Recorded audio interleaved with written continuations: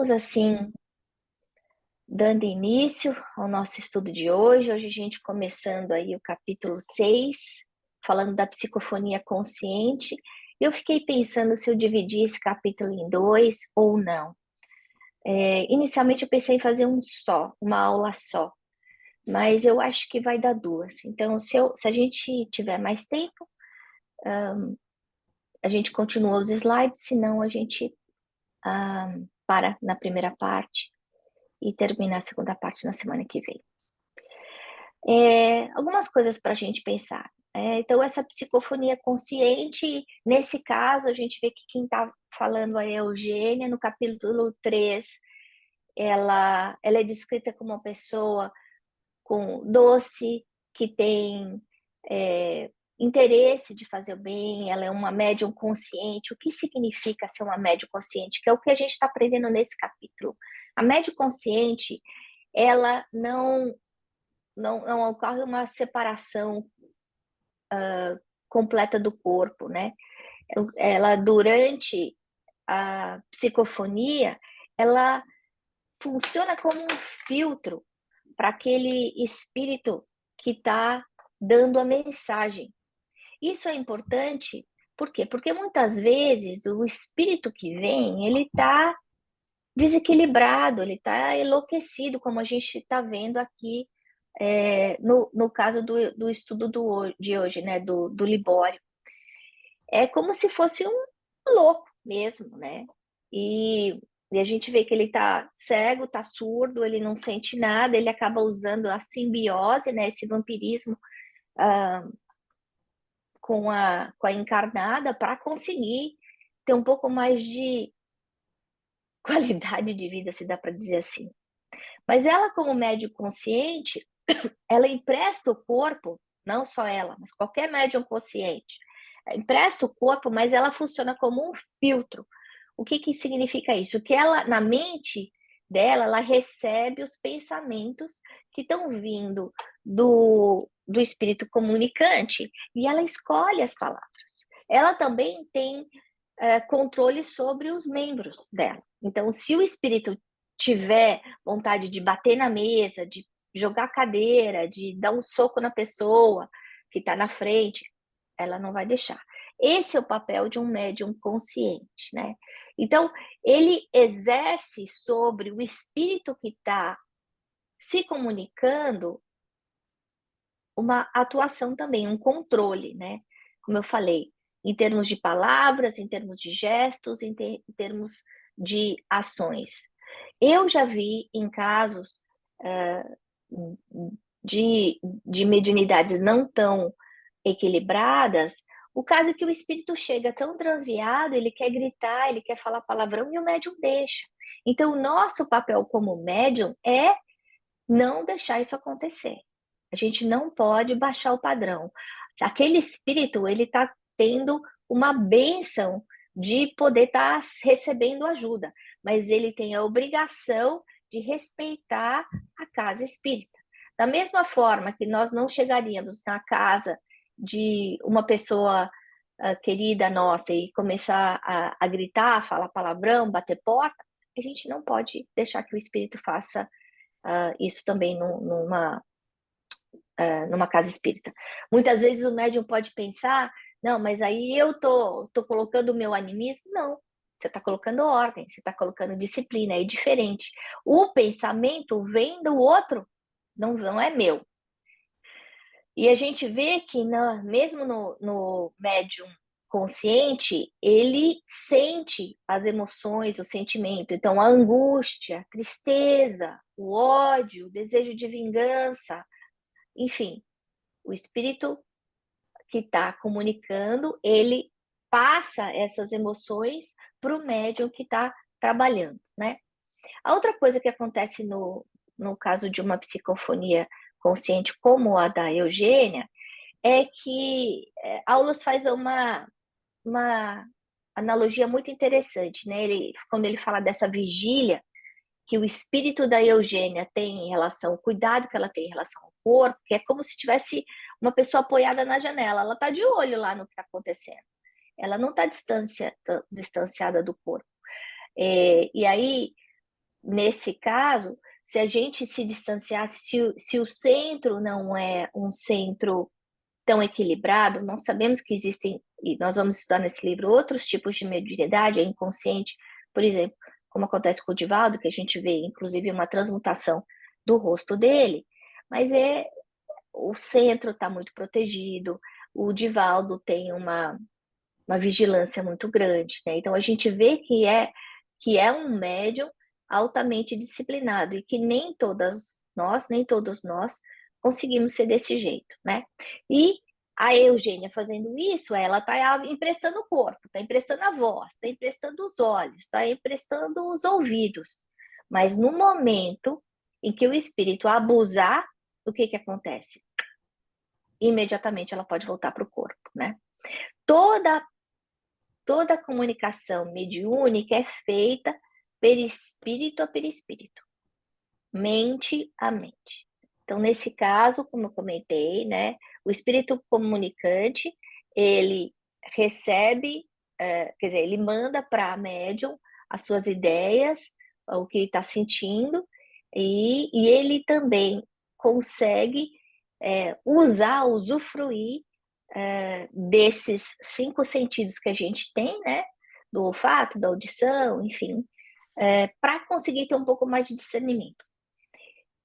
Isso é importante para a gente entender, porque esse espírito, o Libório, que está se comunicando, ele é o obsessor de uma das pessoas que foi lá tomar passe e pedir ajuda. Tanto é que ele fala, o Aulus fala assim, a gente está tendo que fazer um duplo auxílio, né? O Libório precisa de ajuda e a encarnada também. Na verdade, é uma simbiose, porque a gente já viu que a encarnada, que era a ex-namorada dele, fica chamando ele. Então, várias coisas importantes aqui. Primeiro, o obsessor nem sempre é nosso inimigo, mas é sempre o espírito ignorante, né? Então, nesse caso, a obsessão não está sendo só feita de desencarnado para encarnado, está sendo feita de encarnado para desencarnado. Mas a atuação do Libório, usando ou se aproximando desse jeito da ex-namorada dele, suga as energias dele, suga o fluido vital dela. A gente vê isso em casa espírita? Vê muito comumente. O que acontece? A pessoa entra deprimida, ela muitas vezes não consegue comer, a pessoa não consegue dormir. Não conseguir dormir é um fato muito comum em casos de obsessão, alteração de sono. Alteração de humor também. Então, quando a gente percebe que acontecem oscilações muito extremas conosco, e eu não estou falando de TPM, eu estou falando algo muito mais além disso, né? Então, a gente percebe que a gente é Sol e Lua durante o mesmo dia, que a gente vai para extremos, tem alguma coisa errada. E que muitas vezes a gente percebe, a gente fala coisa, a gente sabe, parece que cuspiu alguma coisa, a gente precisa prestar atenção, essa é a importância do autoconhecimento, porque muitas vezes é um espírito que está envolvendo a gente, né? Então, o Aulus continua falando do Libório. É um espírito em turvação, espírito em turvação, quer dizer, não consegue enxergar um palmo na frente dele, tá turvo tudo. Alienado mental, requisitando auxílio. Olha só, quando o Libório estava na Terra, e a gente vai falar disso um pouquinho mais na frente, ele era uma pessoa vista como sociedade, como uma pessoa normal. Ele não estava num manicômio, ele não era uma pessoa doente, né? Então, como assim? A gente percebe que essa alienação, do ponto de vista espiritual, é muito diferente da alienação que a gente conhece. Tem muita gente que convive conosco no nosso dia a dia, né? Que saem nas notícias, por exemplo, que são aceitas pela sociedade, que a gente pensa, isso está errado, né? Isso não parece normal. Ou, mesmo que a sociedade veja isso com uma certa normalidade, perante a lei de Deus, aquela pessoa está perdendo a oportunidade da sua encarnação, né? Então, no caso que a gente está vendo aqui, esse espírito está sendo auxiliado de diversas maneiras. Não só do ponto de vista de que ele está sendo auxiliado porque ele está recebendo esse empréstimo, né, temporário do corpo da médium, mas porque a hora que ele entra em contato com essa médium, que tem um padrão vibratório mais alto, ele consegue estar aí com a sua audição pronta para receber ajuda. Né? Ele é como se recebesse um choque anímico. Ele sai daquela vibração negativa que ele estava num formato automático, né? No ciclo obsessor, obsediado, obsediado, obsessor, e no momento desse choque, desse contato com a médium está sendo a primeira pessoa que está servindo de ajuda para ele. Para quê? Para equilibrar os centros de força dele. Então, a gente vê aí o papel do médium é muito importante para o médium ter essa responsabilidade de preparo no dia do trabalho, essa responsabilidade de tentar manter o equilíbrio, a harmonia, no dia que tem uma mesa mediúnica, no dia que vai dar um passe, porque a gente é esse vaso. A gente, como médium, funciona como aquele canal de transmissão. Se o meu canal está todo impregnado de sujeira, de pensamento, de reclamação, enfim, de desequilíbrio emocional, eu não vou ser um vaso tão potente, tão intacto como eu poderia ser, né? Então, o médium precisa estar atento na preparação para o trabalho e também durante o trabalho, né? Para evitar que não precisa gritar, para entender que não precisa gritar, não precisa falar palavrão, não precisa ficar fungando. Tem gente que fica fungando, tem gente que fica espirrando, tem gente que fica batendo na mesa. Gente, médium não precisa fazer nada disso. Não é curso de ator, né? A gente vai ter vontade de fazer isso. Mas a gente tem que lembrar que a conexão é mente a mente, né? O importante é a gente estar verbalizando o que a pessoa, o que aquele espírito comunicante está sentindo para que ele possa ser ajudado. Eu não preciso ficar dando um show dentro de uma sala mediúnica. Isso é muito importante, porque tem muito médium que acha que precisa fazer isso. Então, esse controle de harmonia do local começa com os médiuns. Então, não adianta o plano espiritual ir lá e fazer uma super limpeza, né? Como normalmente a gente faz na preparação de um trabalho, aí vai lá o médium e começa a falar um monte de palavrão, todas as coisas feias que o espírito desequilibrado quer falar. A gente, da mesma forma que a gente não faria isso na nossa casa, a gente não pode deixar isso acontecer na casa espírita também. Então, o Libório Santos, ele é essa entidade sofredora. E é interessante que ele fala o nome dele. Nem sempre os espíritos que vão estar se comunicando dão o seu nome. E a gente vai comentar isso, que não é importante a gente pedir o nome, porque muitas vezes ele nem sabe o nome. Ele está tão alienado, tão perdido da sua condição, que ele não consegue nem falar, né? Então ele chega cego, surdo. Aí outra coisa importantíssima para a gente analisar. Como é que você chega cego e surdo se ele não era cego e surdo quando estava encarnado? E como é que chega cego e surdo se o órgão de audição e de visão ficou na matéria, não está no perispírito? O perispírito não tem órgão. Eu vou repetir. A gente enxerga e a gente ouve por todas as células do perispírito depois que a gente morreu. Então, essa informação é uma informação importante para a gente analisar aqui. É exatamente essa loucura, esse desequilíbrio da mente dele que faz ele ficar nessa condição. Uma condição tão ruim que ele entra na sala conduzido por 3 guardas espirituais. Isso significa o quê? Ele não consegue nem andar sozinho, né? Ele, por causa da sua vida irresponsável como solteirão, ele nunca tinha se atido à vida espiritual. Aí vem outro ensinamento importante para a gente, que é o a gente viver, mas aprender a morrer. É uma lição esse desapego. Se a gente viver só para comer, dormir, trabalhar e fazer sexo, a gente está indo no caminho errado. Quando a gente fica olhando em Instagram as pessoas e fica pensando, puxa, eu queria poder ter todas essas coisas, fazer todas essas viagens ou ir para todas essas festas maravilhosas. Será? Será? que isso ia me ajudar, de alguma forma, na minha evolução, né? Essa entidade, ela tá tão debilitada que ela não tem consciência da própria situação. Eu vou repetir, ele não era maluco enquanto estava encarnado. Ele era uma pessoa vista como normal na faculdade que foi pular carnaval. Mas ele chega lá,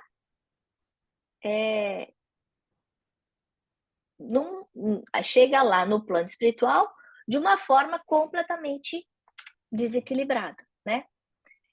E aí Aulus explica, né? Ele desencarnou ainda jovem, com vitalidade, sem ter se preparado. Quantos de nós não pode passar por isso? Nós estamos aqui jovens, cheios de vitalidade, a gente atravessa a rua, tropeça numa casca de banana, bate a cabeça no chão e morre, né? E aí? Se nós não nos prepararmos, se a gente não preparar os nossos filhos, o que é que acontece depois? A gente vai chegar do outro lado, como ele é lado mental também, né? Nesse caso, ele acabou se mantendo conectado à ex-namorada, não porque ele era inimigo, como a gente falou, mas simplesmente porque ela ficou naquele pensamento contínuo de saudade dele, de uma saudade doentia. Peraí, Ana, então quer dizer que morre alguém que eu amo e eu não posso sentir saudade? Não é isso que a gente está falando. Porque a morte é uma separação. A gente sabe, né? Espírita, a morte não existe, está indo só para um lugar com uma vibração diferente, a gente consegue sentir a aproximação dos nossos entes queridos, assim como dos obsessores. Mas a gente não pode ficar agarrado na tristeza. Existe uma diferença entre saudade e tristeza. Se a gente fica vivendo o momento, né? Porque minha mãe morreu, porque meu pai morreu, porque meu irmão morreu, porque meu filho morreu, a gente vai estar usando a nossa mente como aquele gerador e aquele receptor de energia sintonizado naquela vibração baixa e a gente vai adoecer, que é exatamente o que aconteceu com essa mocinha, aqui nesse caso, né? Ela, nessa saudade doentia, ela traiu o ex-namorado para ficar perto dela, ela não tem nem noção, ficou 5 anos desse jeito, tem 5 anos, gente. E aí, ele, nessa situação de simbiose, o que que acontece? Ele vê, porque ele tá certo, ele vê, ele ouve, ele se alimenta através dela. É uma coisa assustadora, né? É um caso de vampirismo. O Drácula que a gente vê nas historinhas, isso é um caso de vampiro. É o que está acontecendo aqui, né? Então, se a gente for pensar, quem é o obsessor, quem é o obsediado nesse caso, gente? Porque foi o encarnado que chamou o desencarnado. E a gente vai ver o que vai acontecer mais para frente nos próximos capítulos, né? Então, a importância da vigilância do nosso pensamento. Se a gente estiver com saudade, se uma pessoa que a gente ama se foi, porque isso faz parte do ciclo da vida, né? A gente sabe que ninguém fica para semente. Essa realidade é uma realidade dura da gente encarar. Mas se a gente sentir a dor da tristeza, vamos trocar esse sentimento de tristeza pelo sentimento de gratidão.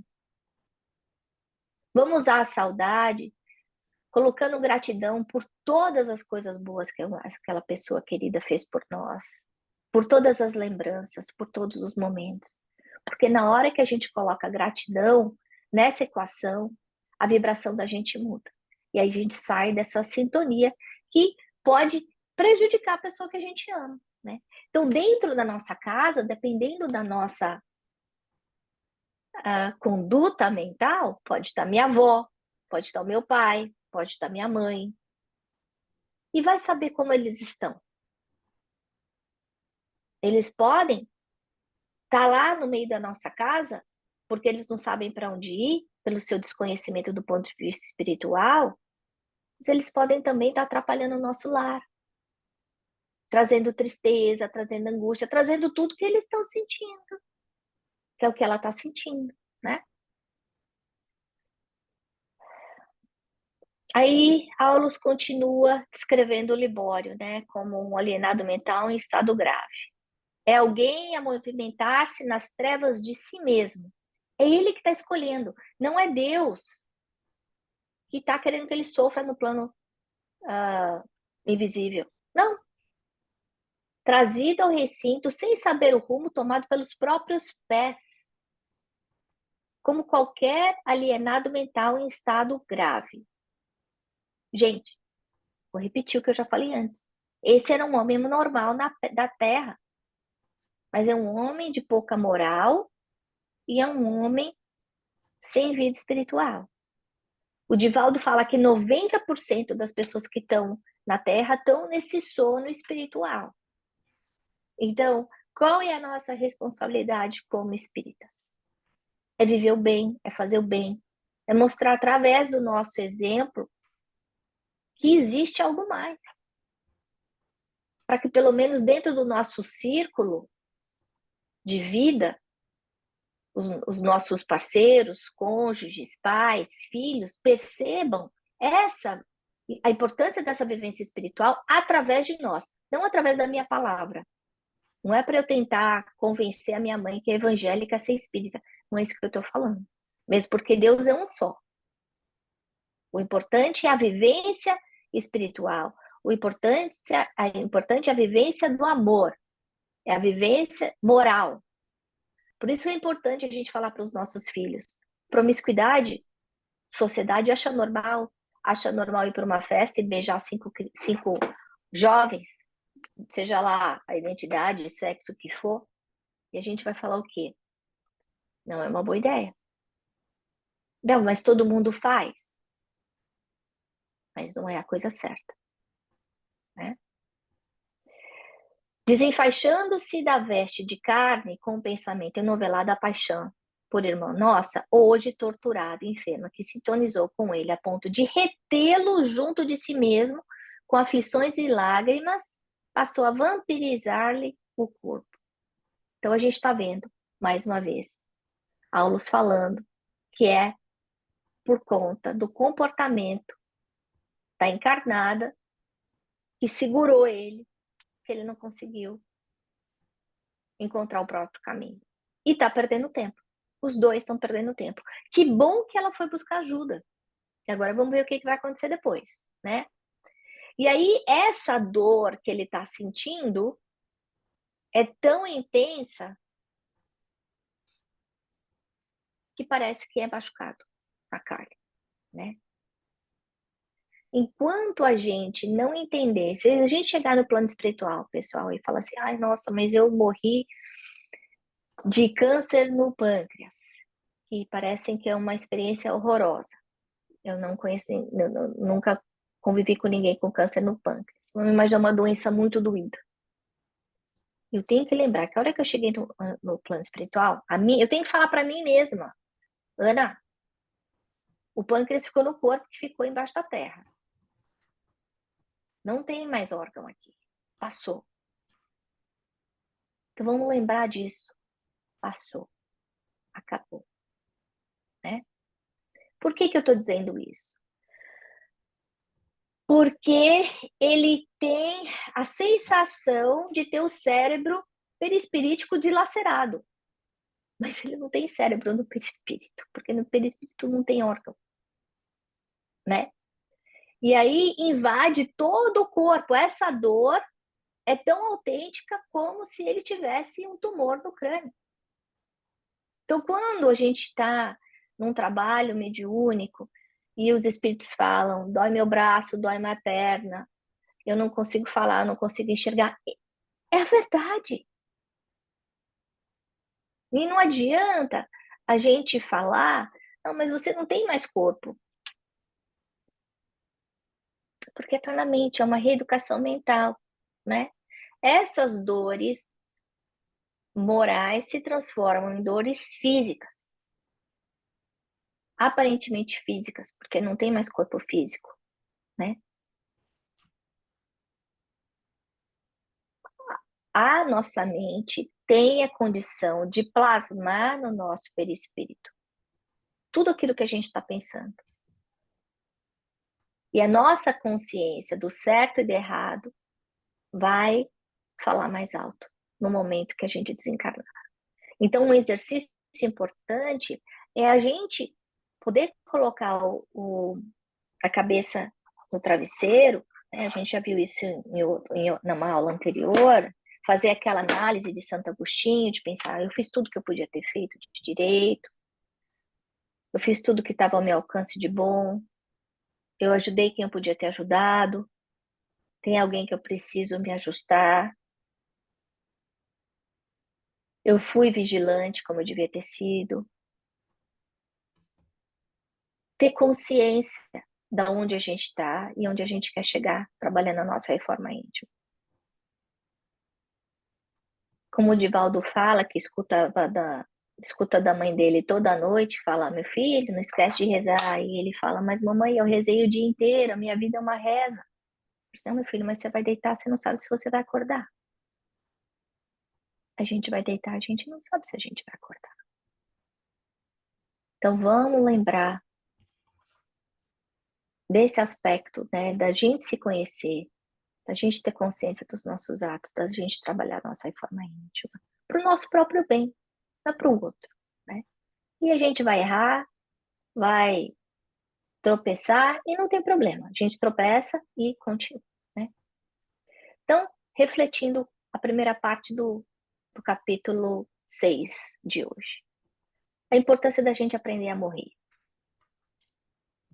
que é o que a gente acabou de falar. Vem aí do nosso autoconhecimento, o trabalho da nossa reforma íntima através da vigilância constante e da oração, né?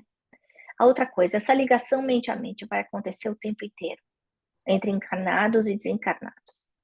Essa ligação vai acontecer da mesma forma como acontece com as ondas de rádio. Eu vou sintonizar dentro daquela faixa em que tiver os meus pensamentos. Se eu tiver num pensamento de tristeza, de depressão, de ansiedade, de agonia, é com essa camada de espíritos que eu vou estar me ligando. O que é que eu tenho que fazer? Eu tenho que tentar trocar esses sentimentos negativos por sentimentos positivos. A melhor forma de mudar esses pensamentos negativos, e eu sei que é difícil quando uma pessoa está em profunda depressão, é fazer o bem para os outros. Porque quando a gente sai de nós mesmos e começa a trabalhar para os outros, a gente esquece da própria dor. Então, é um passinho de cada vez, né? E muitas vezes precisa da ajuda dos outros, porque quem está em situações muito complicadas não consegue perceber, né? Como se fosse o sapo dentro da água quente e até ela começar a perceber. Na hora que ela ferveu, já é tarde demais. A terceira, que a gente comentou, é que nem sempre os nossos obsessores são inimigos de passado, mas são sempre espíritos atrasados. Agora, para que a gente se afaste de um obsessor, o que é necessário? Que a gente queira. É a vontade em ação. Não basta eu querer, não basta eu ligar para minha mãe todo dia e falar, mãe, reza por mim. Reza de manhã é forte, a gente sabe que move montanha. Não existe reza mais forte do que uma reza de uma mãe que ama o filho. Mas, se eu não quiser mudar a minha vibração mental, não adianta toda a reza da minha mãe que não vai fazer diferença. Então, eu preciso me ajudar. Tanto é que Jesus falava, o que queres de mim? A gente precisa querer essa cura. E depois que ele curava, o que ele falava? A tua fé te curou. Então vamos pensar nisso. Era esse o conteúdo que eu tinha para hoje e a semana que vem a gente continua falando um pouco mais da nossa irmãzinha obsediada. Quem quer comentar?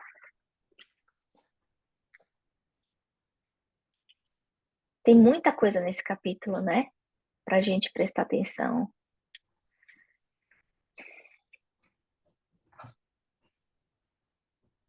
Fala, André. Eu acho que tem muita dúvida. Dúvida é ótimo, porque a sua dúvida pode ser dúvida de muita gente. Então, põe a Assim, dúvida para fora.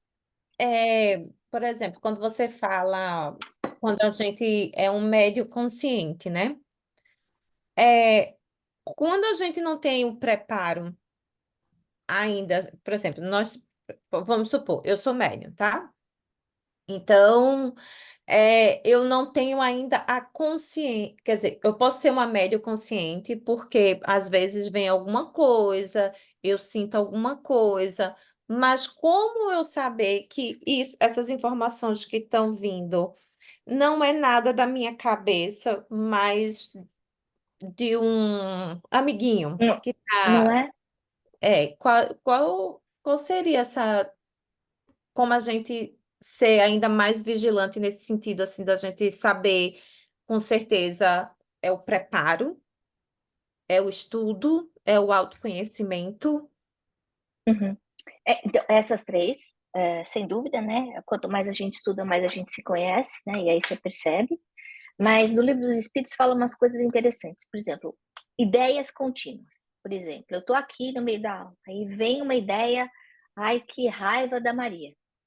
Eu estou aqui na aula. Aí, ai, que raiva da Maria. Ai, que vontade de brigar com a Maria. Eu estou aqui na aula. Eu não estou pensando na Maria. E aí vem aquela ideia cíclica, toda hora. Né? E eu fico pensando, o que está acontecendo? Não é meu. Outra coisa, quando a gente, por exemplo, sente uma aproximação, um calorzinho aqui perto da cabeça, do lado direito, quando a gente sente aquele parece que pegou fogo dentro da gente, né? Quando a gente quer brigar, numa ânsia de brigar, não é nosso.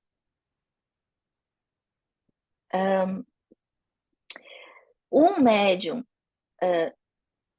que não teve chance de estudar, ele acaba não conhecendo algumas dessas etapas, né? Por exemplo, essa percepção, como eu comentei, né, do calor que vem, às vezes um toque, ou essa palavra, esse instinto que vem ciclicamente a mesma coisa, né?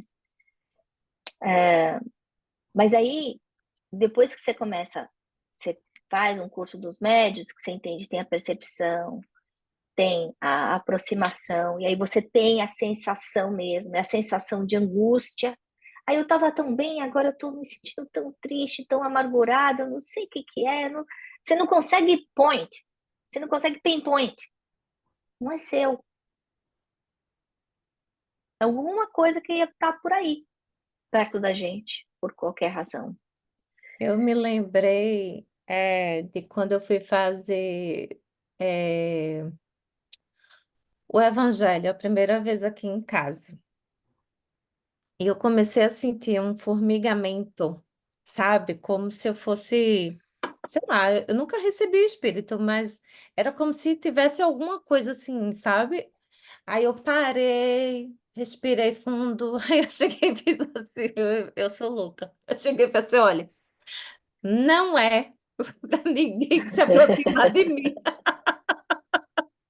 Eu digo, não é. Eu digo, fique calmo, não se aproxime. E tá certo, né? A gente pode, Quer exatamente dizer, eu como tentei médium, botar moral, não sei se era desse jeito. não, o corpo é seu. É a coisa certa. No momento de um evangelho no lar, não é a hora de você você dar passividade. Então é importante você falar, olha, tô entendendo que você tá aqui, falar com amor, né? Mas agora não é hora. Agora é hora da gente estudar. Então fica aí quietinho, sentadinho, para escutar e aprender junto comigo o que a gente tem que aprender hoje à noite. O formigamento é muito normal também, tá bom? Aí depois disso, Esse todo mundo se comentário, comportou. Tá bom. esse seu comentário, de uma certa forma, está colocado aí com relação à Eugênia. Vocês repararam? É quando diz que ela se afasta ligeiramente para ceder vez para o espírito, Não é que o espírito tome conta, se incorpore no corpo do médium, porque isso é impossível, dois espíritos não podem ocupar o mesmo corpo. Mas ela se afasta um pouquinho e ele, como se estivesse debruçado na janela, achei delicada essa comparação ali, ele aproveita e conversa, né? Agora, ela o tempo todo pertinho para tomar conta do corpo dele, para não deixar, o Dela. que a Ana falou, não deixar ele bater, xingar, brigar, quebrar móvel, etc. E se ela não aprovasse, ela na mesma hora tirava ele daquele lugarzinho.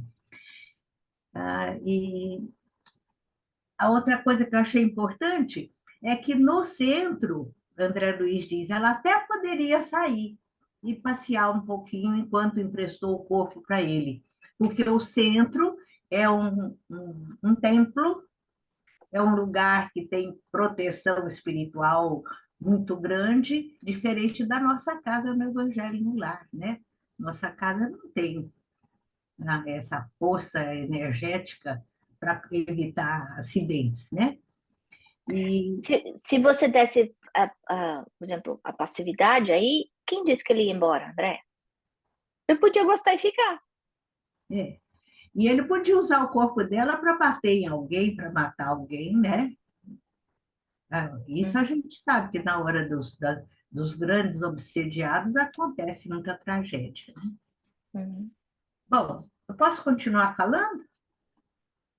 Ou Pode, alguém mais quer falar?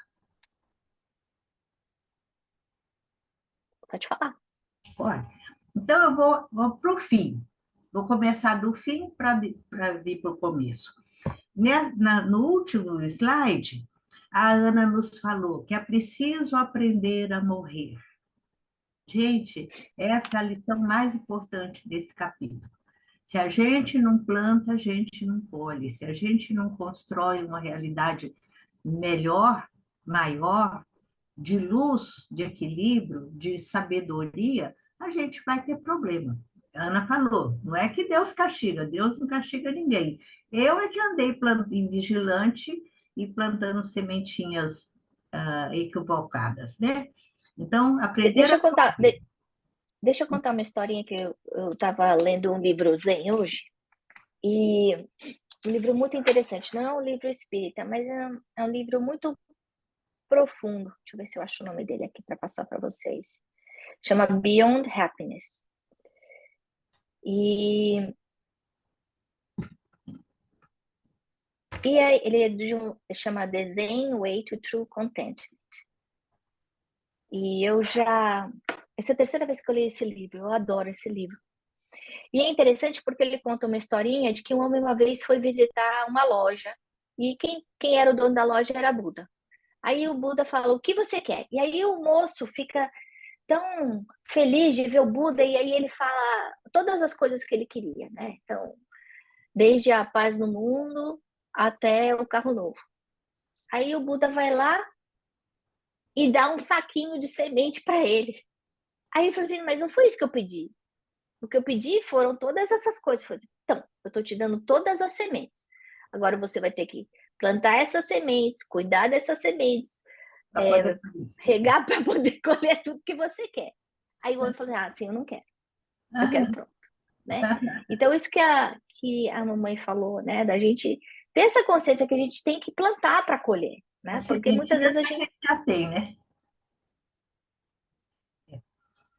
Bom, mas então, retomando o slide da Ana. Ela colocou de uma forma muito oportuna a dinâmica da ligação mente a mente. Nós nos ligamos mente de encarnado com mente de encarnado, como ela falou, mente de encarnado com desencarnado. E essa ligação mental acontece, às vezes, até através de um livro que a gente está lendo, de um filme que a gente está assistindo. Por isso que a doutrina espírita fala para a gente ter cuidado com o que a gente coloca aqui dentro. Ficar assistindo programa porcaria de televisão, filmes violentos, isso não é saudável, não é não vai trazer bom resultado. Porque a mente sintonizou, ela se encharca, como se fosse uma esponja daquela energia negativa. Outro item que a Ana colocou aí, importantíssimo, para a gente entender como é amplo o leque dos perigos, entre aspas, que a gente enfrenta, com os quais a gente convive no dia a dia. É que nem sempre os obsessores são inimigos, porque tem casos de obsessores terríveis, cruéis, que querem que a gente sofra todos os tipos de sofrimento do mundo, né? Nos induzem a suicídio e, enfim, atrapalham toda a nossa vida. Mas aí, nesse caso do capítulo do livro, a gente está vendo que ele não queria vingança dela, ele não estava desejando mal dela, mas ele era tão doente, vamos, numa comparação grosseira, dizer, ele estava tão podre espiritualmente, que só dele ficar perto, ele já fazia mal, ele já prejudicava, né? Não por maldade, por ignorância. Olha, só essa frase aí dava uma palestra, dava uma aula inteira, né? Então, o orar e vigiar é mesmo uma recomendação divina, porque se eu não vigiar, se eu não orar, eu vou catar todo tipo de lixo, maior ou menor, meu ou dos outros, né? Andando na rua, um sofredor, um infeliz que está abandonado, é, simpatiza comigo, me acompanha e vem com aquela carga negativa para a minha casa, né? Então, a gente tem que ter muito cuidado. E considerando essas colocações que a Ana fez, é matemático a gente concluir nesse instante que a morte não é o fim. Que os dramas, as tragédias, os problemas, as dificuldades, as doenças, as lutas, de modo geral, continuam. Então, é mais uma razão para a gente se preparar adequadamente para encontrar uma realidade mais leve do lado de lá, né? E falando que a morte não é o fim, eu automaticamente lembrei de outro conceito da doutrina que eu tenho certeza que vocês conhecem, que é a morte não santifica ninguém. Porque morreu não vai virar bonzinho, vai continuar sem juízo, irresponsável, desequilibrado, etc., com todos os defeitos, com todos os vícios, com todas as falhas que tinha. E às vezes, e muitas vezes, pior, porque enquanto a gente está encarnado, a gente ainda tem o freio da educação, o freio social, né? De uma certa forma, o portão não está aberto, escancarado, né? Então, a morte não santifica ninguém, quer dizer que a gente continua o mesmo. Mesmo que venha padre para rezar e jogar água benta no nosso caixão, e, enfim, qualquer ritual religioso que seja feito, eu vou colher exatamente aquilo que eu plantei, né? Tem uma história engraçada do Chico, né? De uma senhora que vocês já devem ter escutado essa história, que estava cansada porque o marido bebia desde que tinha casado, era alcoólatra, tal, e ela vai lá, Chico, não aguento mais, porque eu já perdoei 7 vezes 7 a mesma coisa, né? Mas ele não tem mais jeito, tal. E aí ele escuta toda o sofrimento da moça, tá pronta para falar, minha filha, já deu mesmo, você já perdeu bastante. Emmanuel chega para ele e fala assim, não, não, não, não, não.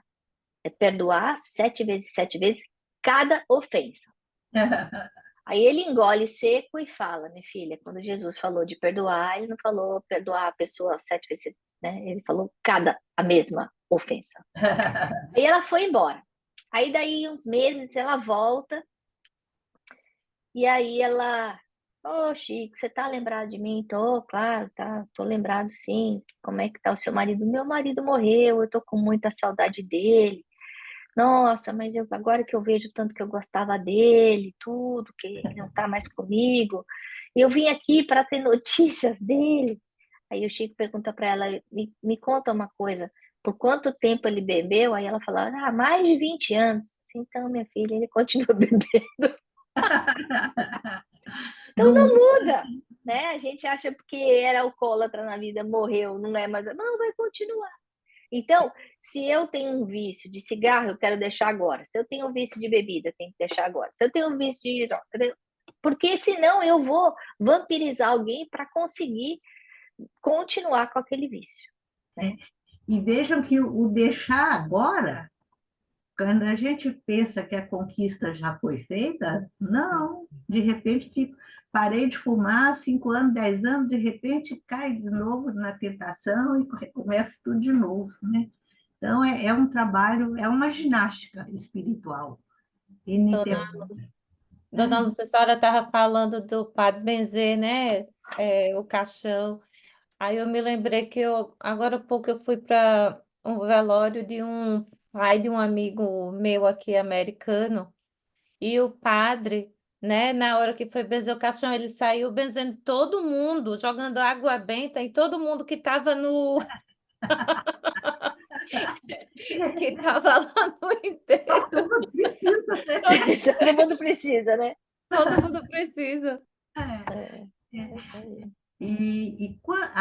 Não pensem que eu estou desrespeitando, desvalorizando a prece, o ritual religioso, mas não pode ser feito de uma forma exterior, tem que ser impregnada de amor, de respeito, como é que eu vou dizer, amorosidade mesmo, né? Então, se o padre fizer aquilo com o espírito cristão, vai ser uma espécie de passe, vai ajudar a harmonizar um pouquinho aquele espírito na hora da transição. Mas se ele estiver fazendo por dinheiro, ou por convenção, ou por obrigação material, aí é só jogar aguinha mesmo. Não, não Pois vai é. além, né? Bom, então vamos para o comecinho do capítulo. Mexeu muito comigo quando o André Luiz conta que o Eugênio, não, como é que ele chamava aí? Libório? Paulo? Quando o Libório chega no centro, é levado no centro, gente, ele é conduzido por 3 guardas espirituais. Então, veja o desequilíbrio, o perigo, entre aspas, que ele representava para o equilíbrio do trabalho do centro era tal que era preciso de entidades vigilantes acompanharem, né? Outra coisa, ele estava era uma alma tão doente, um espírito tão doente, que ele estava inconsciente. Olha que André Luiz disse, não guardava consciência da própria situação. É um robô, completamente alienado do que estava acontecendo com ele. Então, pensem na energia pesada de um espírito desse plantado lá dentro da sua casa, grudado em você. É, Tanto é o que a gente vai ver na é próxima aula, os patológico. efeitos que tem na pessoa encarnada ter uma companhia dessa pendurada nela, né? O quadro patológico, de patologia espiritual dele era tão grave que ele não conseguia nem enxergar nem os próprios guardas que o seguravam. Ele caminhava à maneira de surdo e cego. Então, estava assim, mumificado. Eu estou chamando a atenção para essas coisas para a gente ver a importância do preparo para o desencarne, a importância do estudo, a importância da reforma íntima, a, a importância de uma sintonia espiritual qualquer para a gente não ficar desse jeito lá, né? E não era mal. André Luiz deixa isso bem claro. Ele diz, um desventurado obsessor. Então, ele tinha, como ele morreu jovem, ele tinha muito fluido vital, então ele ainda tinha uma carga energética muito grande, só que doente. Vamos fazer um paralelo com a doença espiritual, com a doença material. Se eu tenho, por exemplo, varíola, está dando surto de varíola aqui no Brasil, por isso que eu lembrei dela, ou sarampo, ou qualquer doença infectocontagiosa, e eu vou para dentro da sua casa, vocês vão se sentir bem? Claro que não, porque essa infecção material pode contaminar a família inteira. E o mesmo acontece com a infecção espiritual, esse processo patológico. Todo mundo vai ficar triste, todo mundo vai ficar deprimido, todo mundo vai ficar irritado, todo mundo vai ficar impaciente. Enfim, vai alterar o equilíbrio e a harmonia do lar. Não precisa dele fazer nada, só dele estar ali, exteriorizando as bactérias e os vírus espirituais dele, ele já está prejudicando, né? Mais adiante, olha aqui, letal intoxicação cadaverizou-lhe o corpo, quando não possuía o menor sinal de habilitação para aconchegar-se às verdades do espírito. A saúde da alma é o conhecimento da verdade. Eu insisto nessa tecla da importância do estudo com seriedade, com desejo de aprender, porque é a nossa proteção maior. Né? Depois,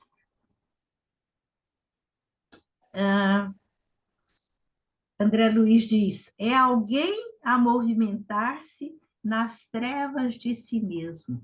A Ana falou, Deus não castiga ninguém. Ele está mergulhado no poço que ele mesmo cavou, né?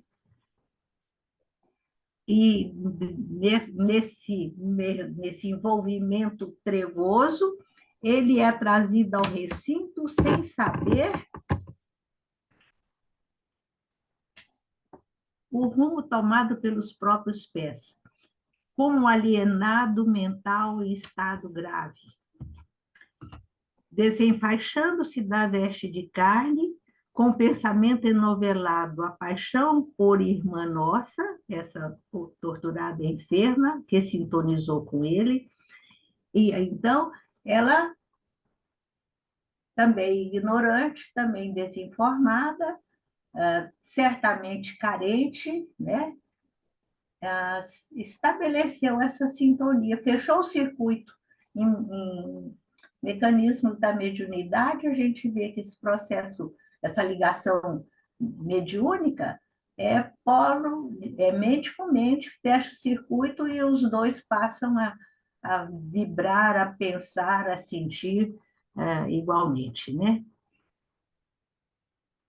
A gente viu isso nesse livro também, né? Fazendo a analogia com a eletricidade e o magnetismo, né? Então é importante a gente ter noção que o E essa pensamento tem esse poder. sintonia é uma corrente espiritual, e André Luiz diz, a ponto de retê-lo junto de si, com aflições e lágrimas. Ele não estava feliz, ela não estava feliz, essa convivência aí, essa simbiose não era boa para nenhum dos dois, mas eles não conseguiam sair a novos rumos, né?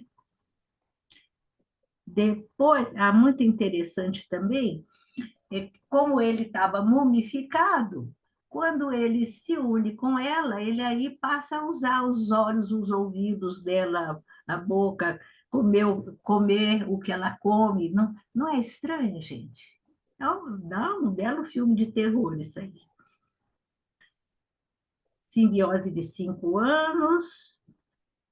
Aí, quando ela pede ajuda para ela mesma, que ela, de certo, cansou de sofrer, cansou daquela carga pesada, foi buscar ajuda, e no que ela se ajuda, ela ajudou a ele também, né?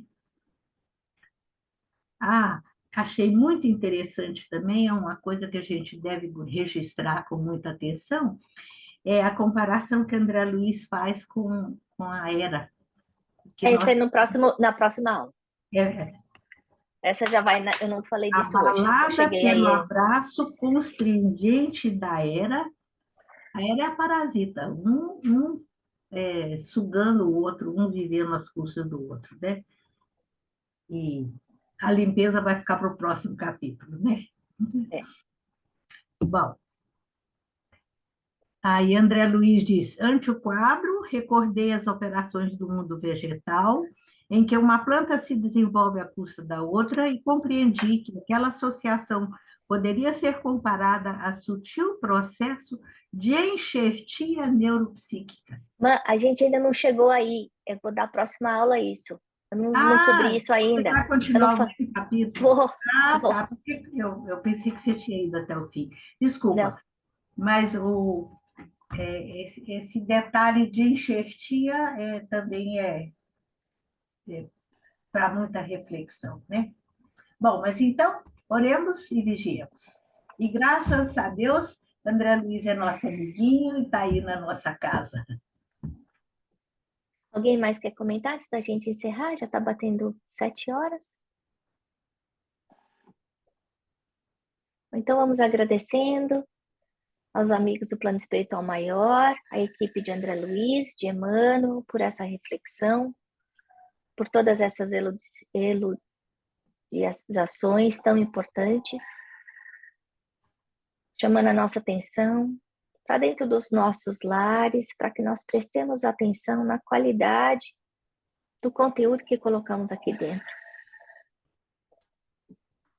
Lembrando que Paulo nos disse que sempre estamos rodeados por uma nuvem de testemunhas invisíveis. Então, que nessa noite nós possamos fazer uma análise de quais serão essas companhias que nos rodeiam. Obrigada, Jesus. Obrigada aos mentores.